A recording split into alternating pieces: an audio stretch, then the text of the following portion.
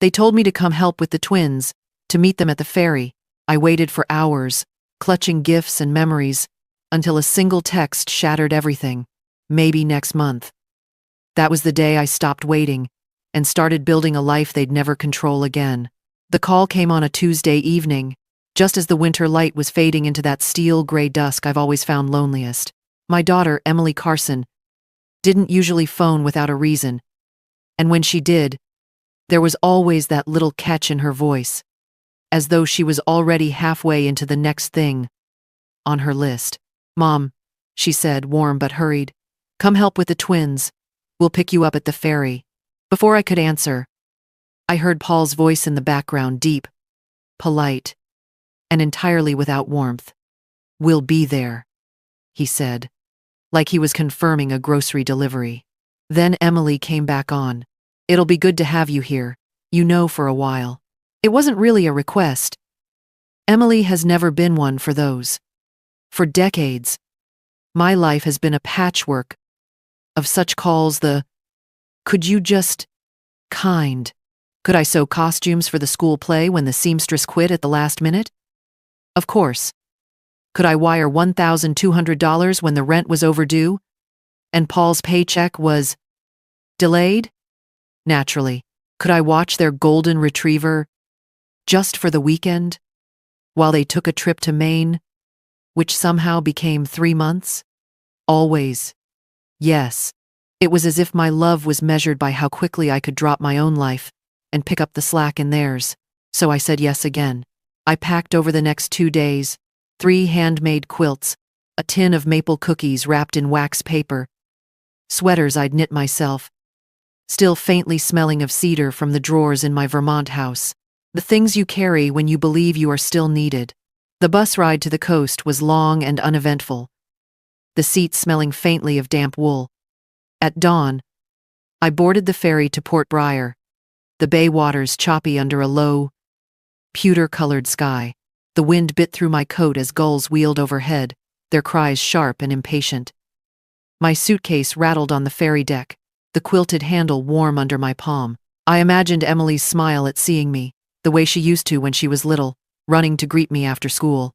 By 10 a.m., we were docking. I wheeled my bag down the ramp into the small harbor terminal, its floor gleaming under fluorescent lights. The air smelled faintly of fried fish from the snack counter. I scanned the crowd, families embracing, soldiers in fatigues scooping up children, a young man holding a bouquet so large it half covered his face. I waited. At 11 o'clock, I told myself they were caught in traffic. By 11:30, I thought perhaps the twins were fussing, and it had delayed them. By noon, I'd found a bench near the big picture window, the winter sun warming my lap through the glass. My suitcase stood upright beside me, the tag from Harold's funeral still tied to the handle. I had not used it since. At 12:53, my phone buzzed in my hand. My heart lifted finally. Too much going on right now. Maybe next month. No hello. No sorry. No plan. Just those 9 words, flat and efficient. Like canceling a hair appointment. I stared until they blurred. Read them again slowly, as if they might rearrange themselves into something softer. They didn't.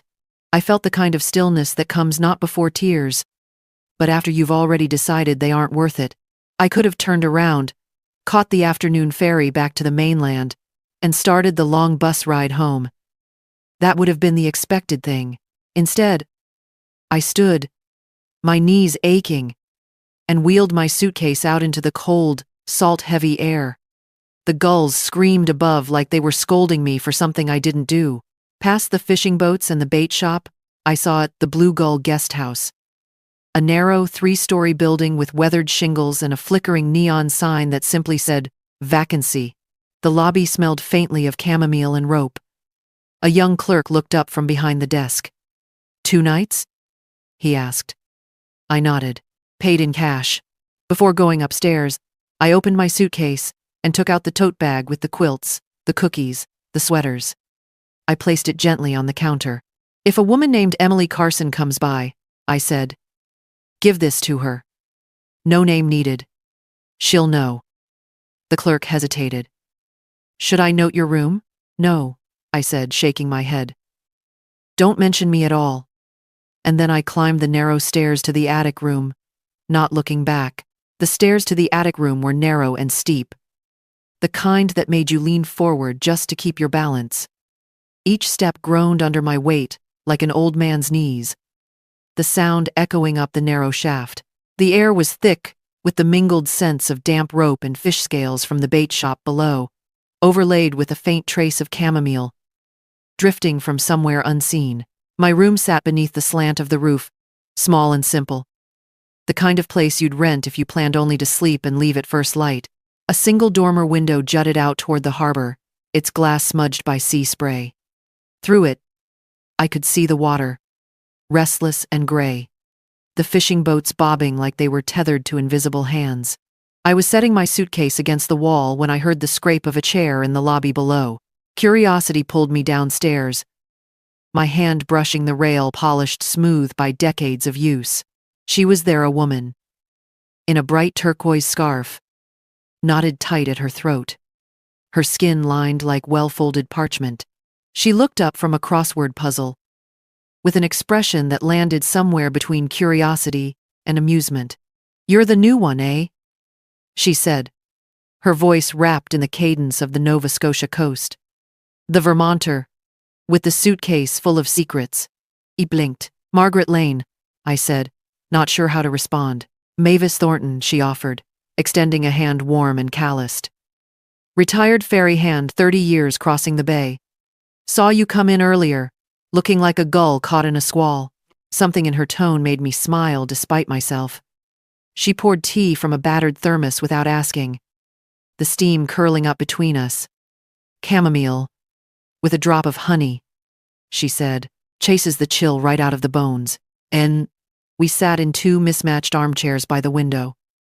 Outside, the light shifted on the water like spilled mercury. Mavis talked about her children, one son in Halifax who called once in a blue moon, daughters scattered to the winds. "Families," she said with a dry laugh, "they drift off like buoys in a current. Best not to tether yourself too tight." Her words slid under my skin, too close to the truth I wasn't ready to admit. I sipped the tea slowly, letting its warmth seep into my fingers. Later, in my room, I sat on the bed with my bus schedule open. My eyes traced the return times, the way a prisoner might study a map of escape routes. But something in me stalled. Going back now would mean returning exactly as I had come, suitcase full of unclaimed gifts, phone full of unanswered questions. I folded the schedule and left it on the nightstand. Instead, I walked down the wharf. The wind tugged at my coat, carrying the salt, sharp smell of low tide. I found a small cafe tucked between a chandlery and a shop selling postcards of lighthouses. Inside, the air was warm, the hum of the espresso machine steady and comforting. The girl behind the counter had dark hair pulled into a messy knot and a name tag that read Sophie. "Cold day to be out," she said, setting a mug on the counter before I'd even ordered. "I'm just looking around," I said. She tilted her head, studying me for a moment, then smiled. "Well, if you need a place to sit, that corner's got the best view." I took the table she pointed to, cradling the mug, watching the harbor through rain-speckled glass. Sophie didn't ask why I was here or where I was going. She didn't have to. That night, back in my attic room, I unpacked nothing. The suitcase stayed zipped, the tote bag absent now from its side. I sat on the bed in the dark, listening to the distant groan of the dock pilings. My phone lay on the nightstand, its black screen, like a small, patient eye. I reached for it, then stopped. The urge to check for a message, any message, was strong, but so was the quiet I'd found in not knowing. Slowly, deliberately, I held the power button until the screen went blank. The room felt different after that. Not warmer, not safer, but mine. The morning was sharp enough to sting the skin, the kind where the cold seems to whisper under your coat. I walked without a plan, my breath a pale fog in the harbor air. The wharf was nearly empty, save for a fisherman untying ropes with the slow patience of someone who had done it 1,000 times. That's when I saw it, the Port Briar Maritime Museum. A squat, weathered building of gray clapboard, with brass letters dulled by years of sea spray. In the front window, a row of faded sailors' flags hung limp against the glass. Their colors had bled with time reds gone to rust. Blues faded to the shade of an old sky. I found myself stepping closer, my fingers resting lightly on the cold pane as I studied the stitches. They were uneven in places, hurried repairs from long ago. Old work, a voice said behind me. I turned to see a woman standing in the doorway, hair pulled back in a no-nonsense twist, a scarf wound neatly at her neck. Harriet Cole, she introduced herself, extending a gloved hand. Director here. You sew? It startled me how quickly she'd seen it.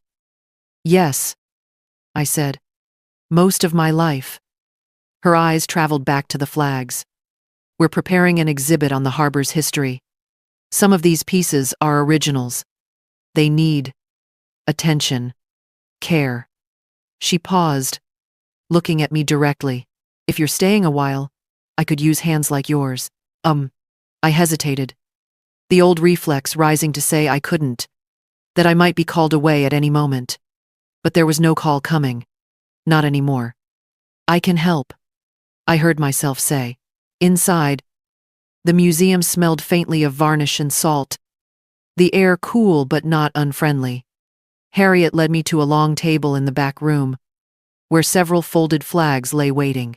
She handed me one, its cloth thin and frayed, the stitching loosened by years of wind. I threaded a needle with the ease of habit. The fabric was rough beneath my fingers, its edges whispering stories I would never know. With each small, careful stitch, I felt something in me settle. Not fixed, not whole, but steadier. By the time I left that afternoon, the cold no longer bit so hard. The work had warmed me, in a way I hadn't expected. Back at the Blue Gull, the clerk looked up from the front desk as I entered. She didn't come, he said, nodding toward the storage room. I knew what he meant before he even spoke the name. Emily. The bag of quilts, sweaters, maple cookies untouched. The air seemed heavier for a moment, pressing against my chest. Then I heard my own voice. Quiet but firm. I'll take it. There's a shelter here, isn't there? His brows rose, but he nodded. 2 streets over. They'll be glad for it. I carried the bag out into the late afternoon light. The handle left a red line across my palm, but it didn't ache the way it had at the harbor. When I handed it to the woman at the shelter, she smiled in the way people do when something comes without conditions. These will mean a lot, she said. Walking back, I noticed the wind had shifted, the air carrying the faint scent of cinnamon from the bakery on the corner. For the first time since arriving in Port Briar, I felt lighter. Not free, not yet, but as though I'd set down something I'd been carrying for too many miles. The next morning, I returned to the museum. Harriet was already there, unrolling another flag. You've got steady hands, she said, without looking up. It was a simple compliment, but it landed like something larger, something I hadn't heard in a long time, that what I had to offer still mattered. Even here, even now. I picked up the needle. Let's get started, I said. The letter was waiting for me at the front desk. My name written in Emily's tight, slanted handwriting, the kind she'd perfected in school, so no one could read over her shoulder. The envelope was thin, light as though it carried nothing of consequence. Upstairs in my attic room, I sat at the small desk by the dormer window. The harbor spread out beneath me in a restless shimmer.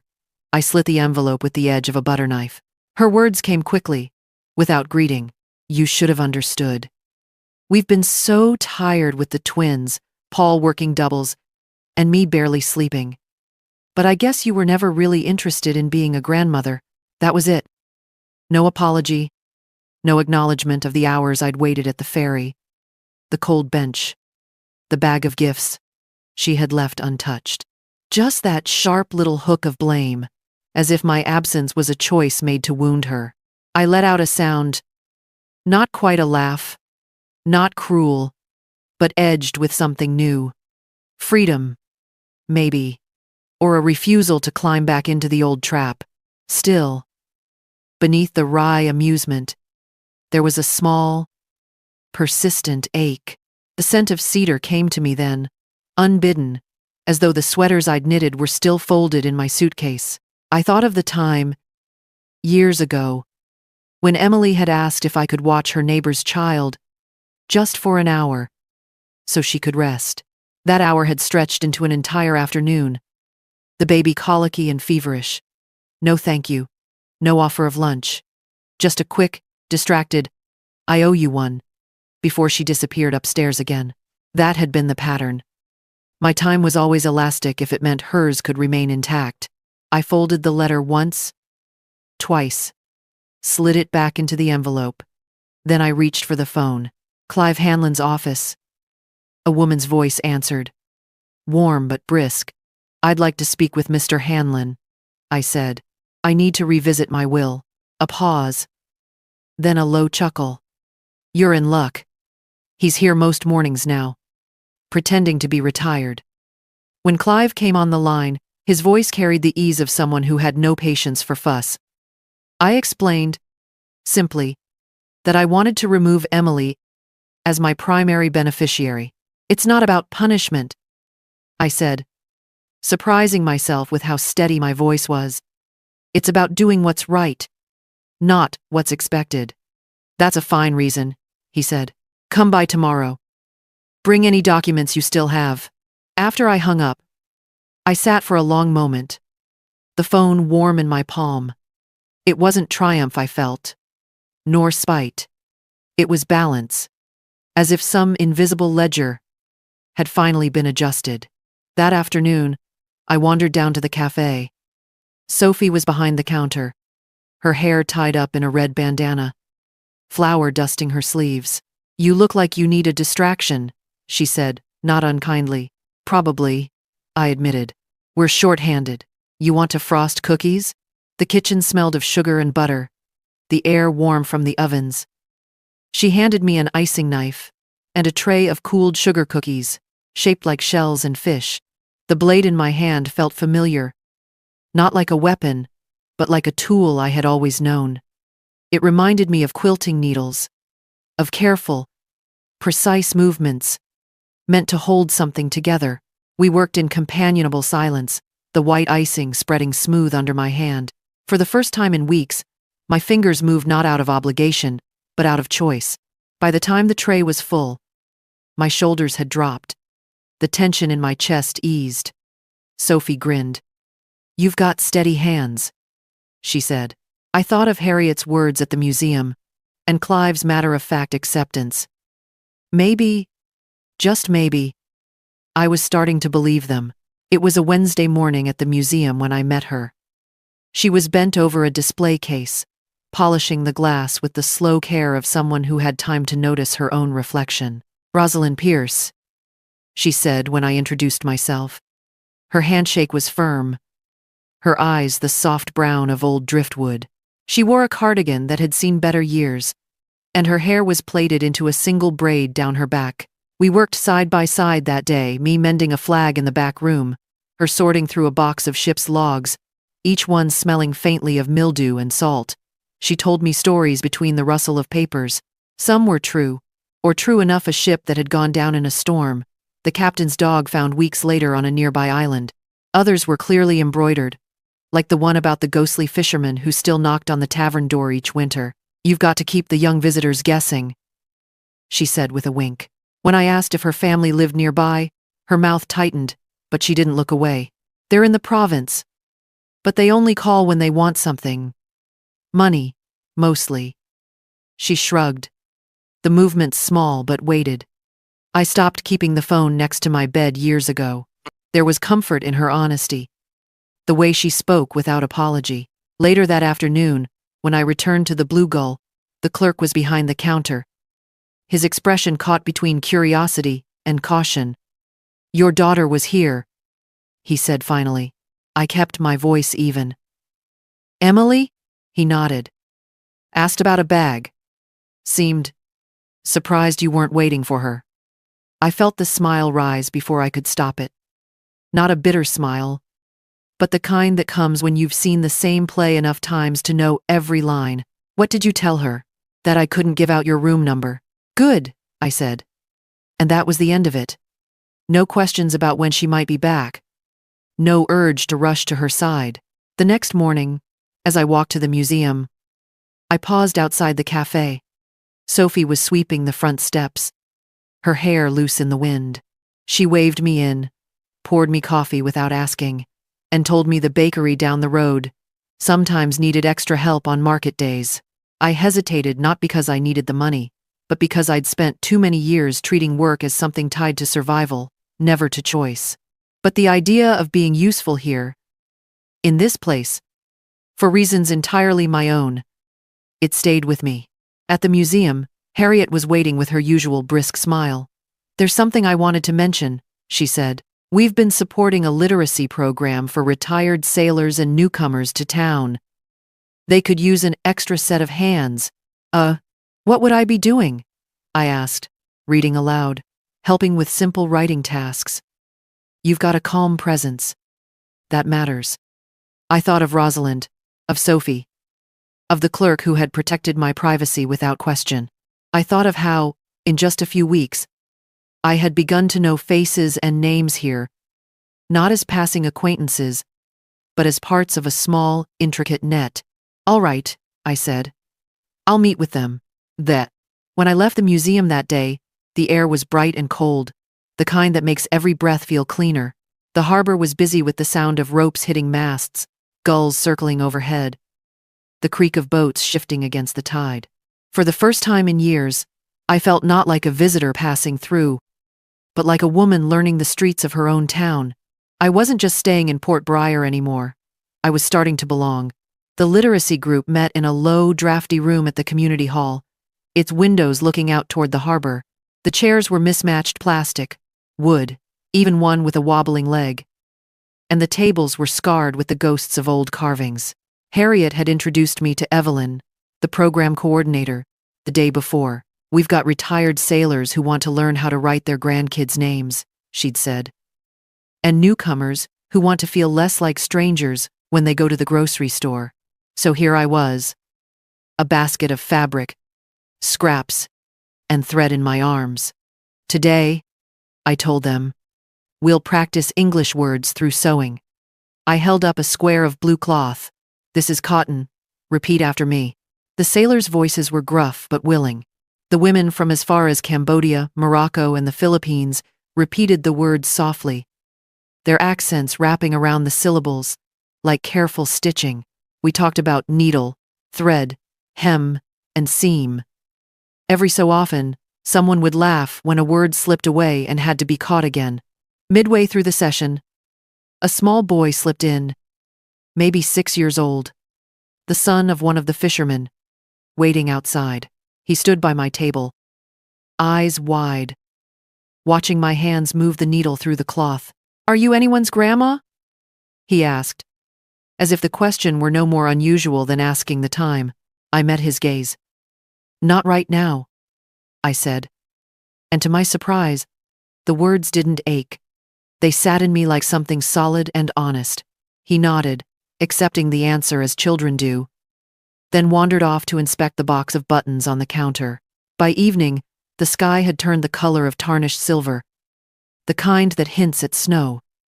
I sat on the bench outside the guest house, my coat pulled tight, watching the harbor lights blink on one by one.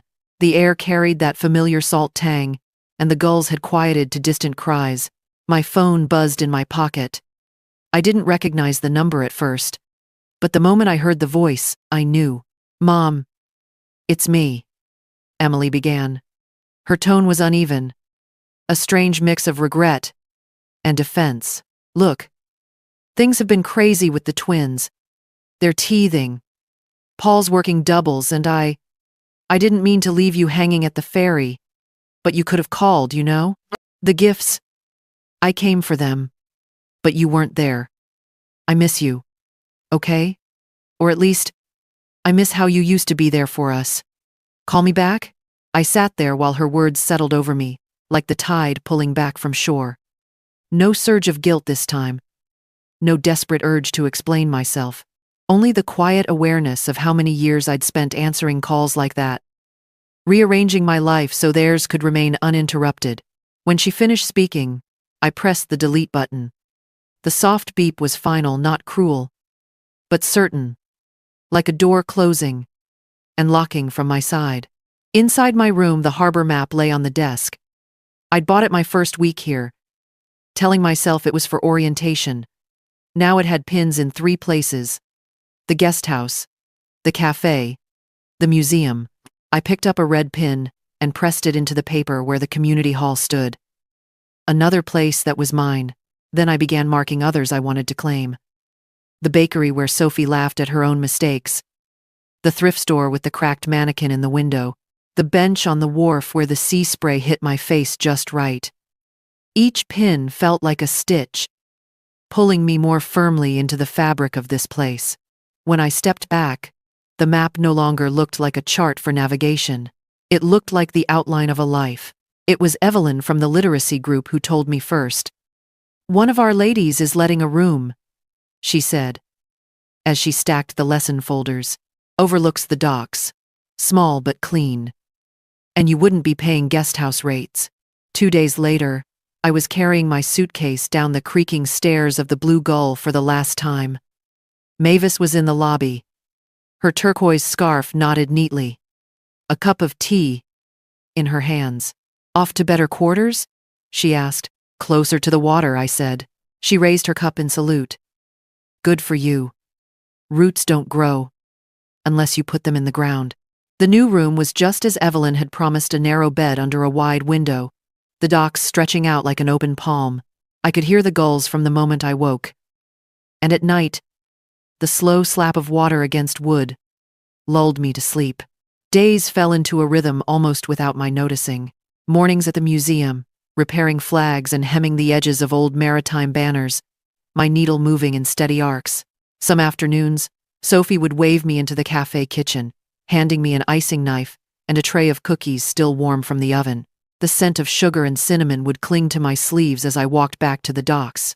And sometimes, when the light turned soft over the harbor, I'd find Mavis on the bench, outside the bait shop, a thermos of tea between us.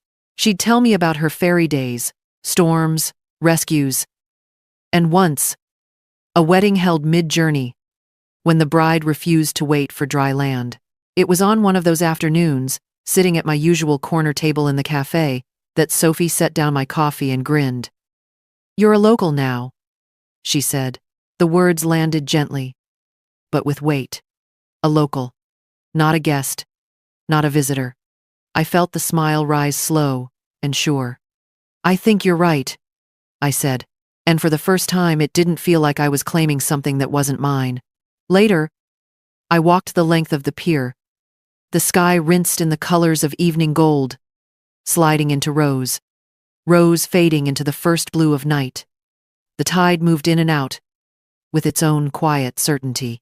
I thought about all the years I had measured myself by other people's needs, waiting to be summoned, waiting to be thanked, waiting to be allowed to matter. And I thought of the map in my new room, with its pins marking places I had chosen for myself. I am not a footnote, I thought. I am the sentence. A gust of wind lifted my hair, carrying the cry of the gulls overhead. I turned toward the museum, the small wooden sewing kit tucked under my arm. The flags waiting inside would not mend themselves, and the work felt more like purpose than obligation. As I walked, I passed the ferry terminal where I had stood weeks ago, clutching my suitcase, searching the crowd for a familiar face that never appeared. I didn't pause. I didn't even look toward the benches. That chapter was closed. The gulls wheeled above me, their shadows gliding across the boards of the pier. My steps matched the rhythm of the tide, steady and forward. And in the quiet of my own thoughts, there was no one to wait for, only places to go, and work that mattered, and a life I had begun to claim as my own.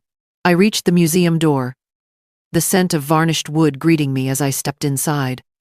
Harriet looked up from the front desk and smiled. "Ready to get to it?" she asked. Yes, I said, and meant it. For most of my life, I measured my worth by how quickly I could show up for others, even when they wouldn't show up for me. It took being left behind, both literally and in spirit, to see that my value isn't tied to anyone's convenience. We are never too old to plant ourselves in new soil, to choose a life built from our own desires, not just our obligations. Belonging isn't about blood. It's about where your soul feels steady. If this speaks to you, subscribe to my channel for more heartfelt grandma stories that remind us it's never too late to begin again.